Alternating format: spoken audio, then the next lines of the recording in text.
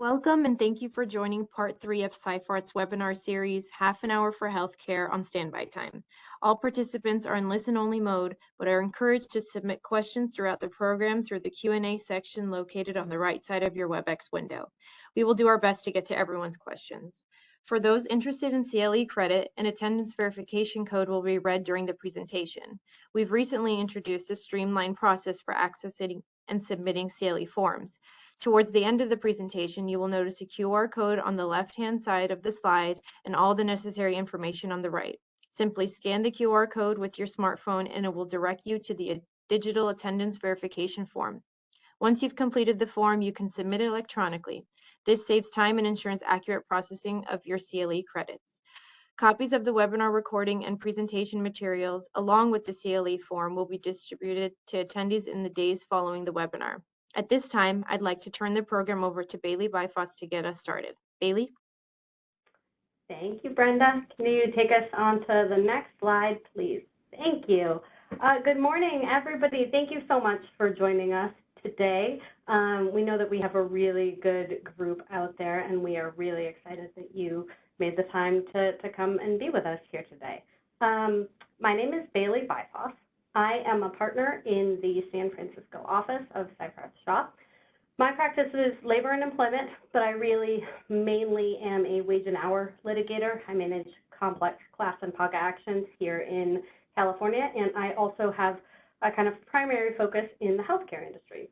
And with me is Brian Gillis. Brian is also in our labor and employment department. He is here in San Francisco with me as well. So let's go to the next slide. And here is what we're going to be chatting about today. So presentation is about standby time. You all obviously knew that. We're going to start out by making sure that we are all on the same page in terms of what we mean when we talk about standby and on-call time. What do we mean by those terms? Is there a difference between standby time and on-call time? Why is this important for healthcare employers? Why is this something that we are making a part of our series that is specifically focused on the healthcare industry? We'll talk about that. We're going to talk a little bit about what is the law that governs standby time, because it is a little bit unique in this component. We'll talk about the fact that standby time can be compensable or non-compensable, can be controlled or uncontrolled, and what are the factors that inch standby time in one direction or another. And of course, we are going to talk about pitfalls and best practices. We will leave you with some things to take back to your business or your HR partners or what have you as far as next steps, ways to make sure that you are as insulated as possible from any risk related to standby stuff. Now, I will tell you, I am immensely pleased by the title of our presentation today, Darling Stand By Me. I love a good pun. And this is perfectly fitting here because this is a scenario where you should not be afraid. I just did it. I just ripped off the Band-Aid. There are lyrical references all throughout this presentation. Please get ready. This is the best kind of presentation. If you've been coming to these for a little while, you know that practicing in California, being an employer in California, is not always the easiest thing to do. California is highly regulated. There's a lot going on.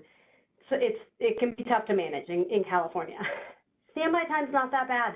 It's not that bad. And in some, should be our tagline, standby time, not that bad. In some ways, frankly, that's because California isn't fully responsible for the development of standby law, which is a thing that we will talk about in a little bit. But there's some refreshing positivity here, nonetheless.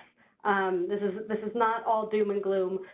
There's some really good stuff to know and to learn about standby time here. And with that, I'm going to hand it over to Brian to kind of really kick us off in terms of what is standby time, what is on-call time. All right, thanks, Bailey. And yeah, let's dive in. So as Bailey mentioned, we're going to get on the same page as to what we're talking about when we have these terms on-call and standby. And oftentimes, as you probably know, these terms are used interchangeably, and they refer to any time an employee is not clocked in and not at their workstation, but the employee has agreed to remain available to come back in if work is needed. And typically, part of the arrangement is that they've agreed to be available to come back within some prescribed period of time. And so for our conversation today, the important distinction for us is whether the time is considered controlled or uncontrolled. And so we'll talk more later about how to determine whether the time is controlled or uncontrolled. But let's first just, set the stage as to why we think this matters for us in the healthcare industry. So if an employee is on controlled time, controlled standby or controlled on-call time, the hours that are worked those hours are considered by the law as hours worked. And that means that they must be paid at least the minimum wage. So in other words, if an employee is on controlled standby, it's as if they're sitting at their desk on the floor, it's working at their workstation. So they need to be paid at least minimum wage. On the other hand, an employee does not need to be compensated for time spent on uncontrolled standby. And any hours on uncontrolled standby are not considered hours worked. Although an employer is not required to pay the employees, many do. And this is because an employer often needs to incentivize employees to actually sign up for these shifts. But that time can be compensated at a rate that's under the minimum wage because it's not considered hours actually worked. And these questions are particularly important for us in the healthcare industry. And you guys, all of you on this webinar know this better than us here, but the nature of the business, the healthcare business, requires it. More so than any other industry, healthcare facilities need to be agile with staffing. They need to be able to adjust staffing levels based on all sorts of unpredictable factors, patient censuses, emergencies. And so, this question comes up a lot in this industry. And healthcare employers in California, as you probably know, are facing a pending higher minimum wage. We won't go too much into detail about that topic, but let's just say that that's going to make, classifying the time as controlled or uncontrolled a very important question because it increases the damages that might be available if time is mislabeled. For example, let's say an employee is on uncontrolled standby. We're paying them $10 an hour, and if it turns out that the time is later to be determined to be controlled standby, instead of damages, meeting that minimum wage of $16 an hour as $6 an hour, you're looking at making up over $10 an hour to hit that healthcare minimum wage. Also, as healthcare workers are just generally paid at a higher rate, and so any waiting time penalties that might be incurred as a result of misclassifying on-call time as uncontrolled time, those waiting time penalties will also be higher. Okay, so that sets the stage, and I'll pass it back to Bailey to cover some of the sources of law at play here. Yeah. Can we go to the next slide, Brenda, please? In fact, two more. All right. To be fair, I did give everybody fair warning that there were lyrical references coming. So here you go. You're welcome for that. We have three sources of law governing wage and hour dynamics here in California, right? We have the FLSA, the Fair Labor Standards Act, which is federal. We have the California Labor Code, which is California, obviously. And we have the IWC wage orders, which are kind of administrative regulations out here. We are almost always in this circumstance dealing with the California Labor Code because it is so much more favorable to employees. Employers have to comply with all the laws to which they're subject, right? So they do that by complying with the one that is the most restrictive. Federal law provides for minimum wage at $7 an hour, but California is 16. If you pay 16, you're complying with both. You guys know this, but healthcare industry folks are different. And if you have been coming to these for a while, you have probably heard reference to Wage Order 5. Now, Brian just talked to you a little bit about what it means for standby time to be controlled. And we're going to talk about that more in the slides that are coming. But the question being asked is ultimately whether the standby time is hours worked. Hours worked under California law means any time the employee is subject to the control of the employer or suffered or permitted to work. And California has not adopted, as in fact specifically rejected, many of the special defenses that you find under the FLSA. For example, under the FLSA, you might defend a claim based on the de minimis doctrine, this argument that while the time that we're talking about that the employee alleged is uncompensated is very small, it's irregular, it's administratively difficult to record, we're not really required to pay for that under the de minimis doctrine. The FLSA has the Portal to Portal Act, which means that under which employers don't have to pay for all time that is considered preliminary or post-liminary. California law has not adopted de minimis, portal to portal, many of these defenses that are available under the FLSA, except for the fact that Wage Order 5, which applies to healthcare companies, generally says that you get to use the definition of hours worked from the FLSA rather than from the California Labor Code. So this means that you have better access to all of that good stuff. You get to make a colorable de minimis argument under Wage Order 5 in a way that you can't if you are subject to one of the other wage orders. So why does this matter? Two reasons. First, the fact that the healthcare industry uses the FLSA definition of hours worked, the fact that we have this argument that this definition is available to us, means that you can more persuasively rely on federal case law for your arguments about controlled versus uncontrolled standby. Second, the test that California uses for deciding whether standby time is controlled was originally outlined by the Ninth Circuit. So again, federal. If you have litigated in California for a while, you know that we are always trying to get access to federal law where we can, frankly, for the same reason that employees are always suing under California law when they can. So there is a lot of good to be had here right off the bat. We keep kind of teasing this as far as what does it mean? What does it mean for standby time to be controlled? I'm going to pass it back to Brian, and he's going to talk to you about that. All right. Thanks, Bailey. Yes, so Bailey mentioned the Ninth Circuit case that sort of helps us to establish what it means to be controlled standby time. The case is Berry versus County of Sonoma, and in it, they establish several factors that we'll run through, and it'll sort of help illustrate what we're talking about in terms of control. But stepping back, I think, the theme is the level of control. How much does an employer control the employee, or maybe more accurately, how much does the employer place limits on the employee's ability to live their lives as they normally would while they are on call? So the first factor is whether there is an on-premise living requirement. And it's very clear, California courts have made it clear that this is the most important factor. And we'll actually spend a little bit more time diving into this on the next slide. The second factor is whether there are excessive geographical restrictions on the employee's movement.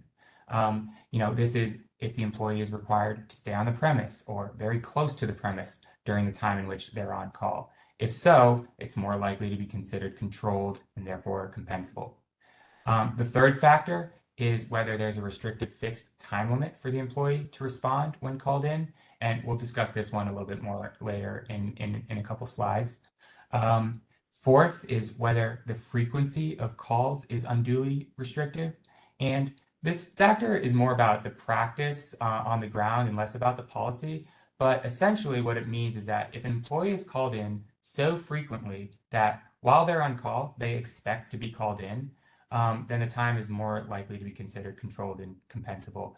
And put another way, it's if an employee, let's say, stops making any plans or social plans or anything while they're on call because they know there's a very good chance that they'll be called in and have to cancel them, that factor weighs in favor of it being controlled. Fifth is whether the on-call employee can easily trade their responsibilities with another employee. And this just speaks to the flexibility of the arrangement with the employer. How easy it is for them to move things around to accommodate the needs of their lives, that sort of thing. Number six is whether the use of a pager can ease restrictions. And this one is probably a little outdated in the age of cell phones and constant contact, but essentially what it means is whether an employee has to sort of sit around near a landline waiting for a call, or whether they're able to go out and about and live their lives, normally. And finally, whether the employee has actually engaged in personal activities during the on-call time. And this one sort of encompasses all the factors, and courts will look at this sort of at a practical level, a practical reality of how the employee spends their time when they're trying to determine whether, the level of control that an employer has, how somebody actually is spending their time while on call.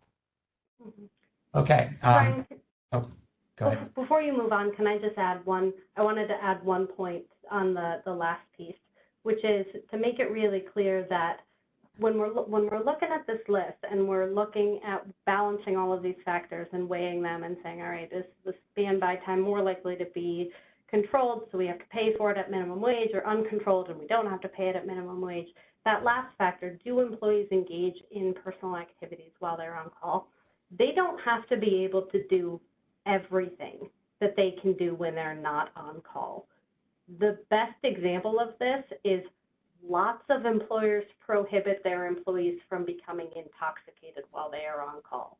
This makes sense. If you are some sort of technician that might need to come back to the hospital to deal with an emergency surgery, we can't have you drunk while you're on call. And the fact that you can't get drunk while you're on your standby shift does not by itself make that time compensable. So they have to be able to do some stuff, but they don't have to be able to do everything. And that's an important distinction, I think, to be made. Yes, that's a good distinction, an important distinction. Okay, I think we can go to the next slide. All right, so yeah, we'll dive in a little bit more to that first factor, the on-premise living requirement. And so, like I said, California courts have made it very clear that this is a very important key factor when determining whether on-call is compensable and controlled. And in fact, there have been no published cases in California, California state law, California state court, that have found on-call time to be compensable when the employer did not have an on-premise living requirement. And so we'll talk about a couple of cases just to help illustrate this issue. Not all of these are healthcare related, but it gives us an idea. This first case, Mendiola, this involved security guards providing security at a construction site. And there were a lot of restrictions in place. The guards were on call each night or several nights a week and had to live in the trailer provided by the employer. And residing and living in that trailer was a condition of their employment. And the guards had to spend all the time that they were on call, either in their trailer or on the work site.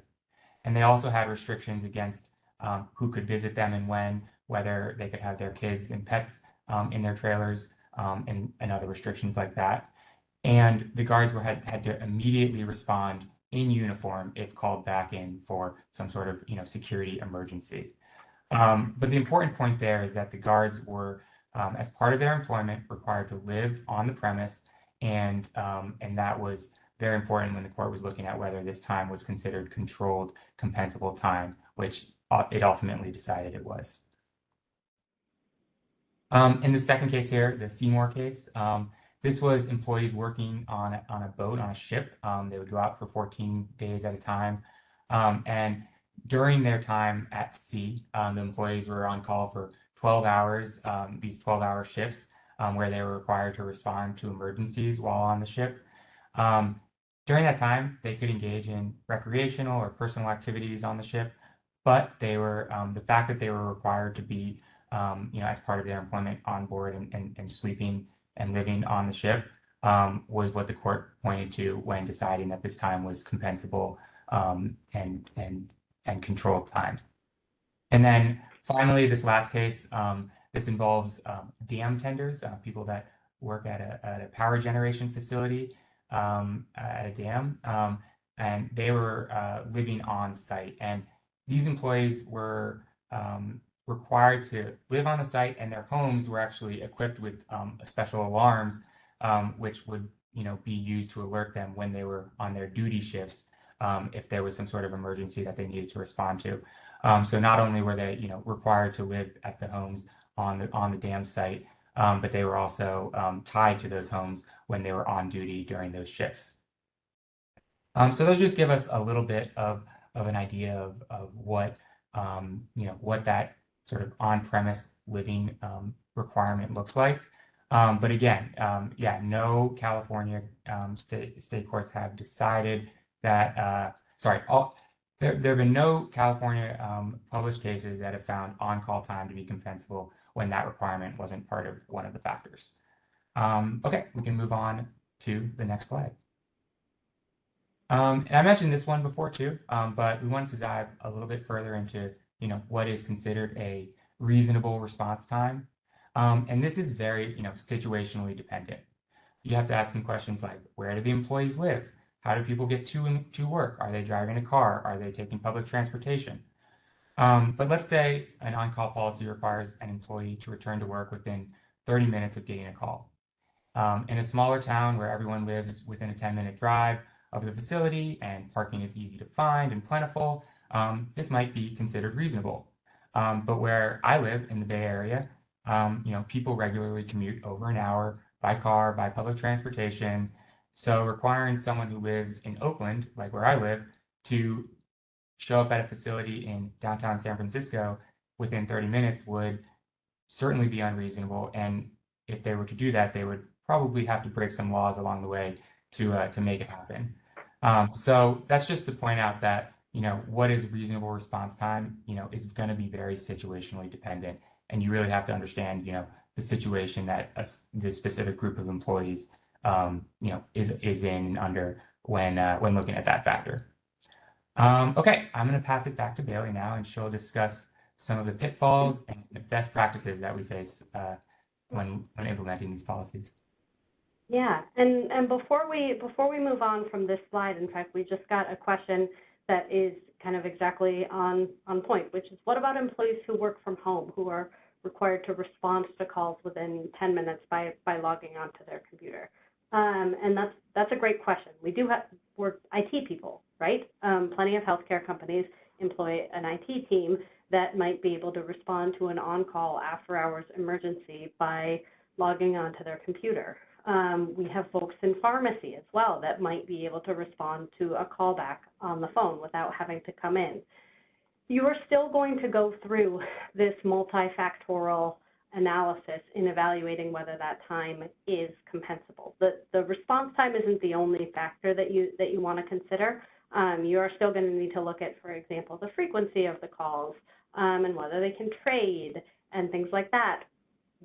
With all of that being said, a 10-minute response time is fast, even if your employees are at home and only required to respond to the callback by logging onto their computers or what have you.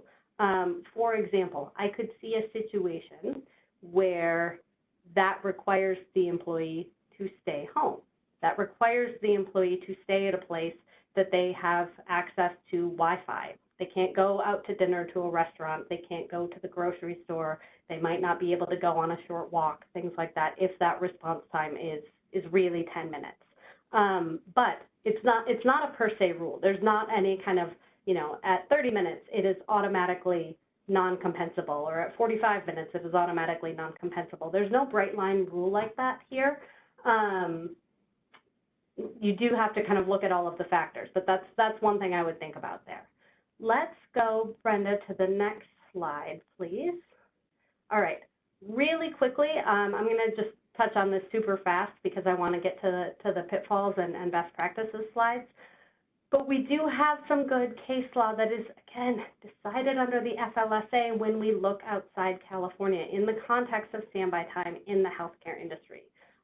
What we see when we look outside the state of California at all of these decisions that are getting made in other jurisdictions is that many courts get it. Many courts seem to get the realities of operating a healthcare facility with standby time. just as an example, and again, I'm not going to run through all of these because I got an eye on the clock and I want to get to the next slide, but in Gardner, just as an easy example, plaintiff was a former operating room tech in Massachusetts, and he was paid to take these on-call shifts, and he was required, or he was paid, but at a rate lower than the minimum wage to take these on-call shifts. And he was required to carry a cell phone, be sober, and be able to return within 30 minutes to assist in surgeries. And because of local traffic patterns where he was in Cape Cod, the court, there were times where that 30-minute response time meant that he can't go more than a couple miles from the hospital. Court looked at that. Court said that is not compensable. He engaged in personal activities. He had 30 minutes to get back. He was able to use this time for his own purposes.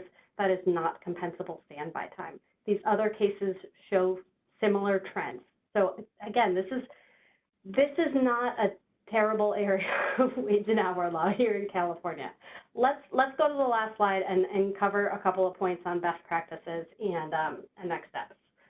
All right, next, there we go, perfect. What are you going to do after you leave today? First thing, you're going to look at your policy, if you have one. You're going to read it. What does it say? Does it align with what you are actually doing in practice? For example, does your policy say that employees need to return from a callback within 30 minutes, but your practice is actually, nobody really cares as long as you're here within an hour? You're going to want to update that policy so that it accurately reflects what's being done. And look at the terms of your policy and make sure that they make sense for your business. Don't just put 30 minutes because, oh, I went to a presentation and the lawyer said that there were cases where 30 minutes was okay. Please don't do that.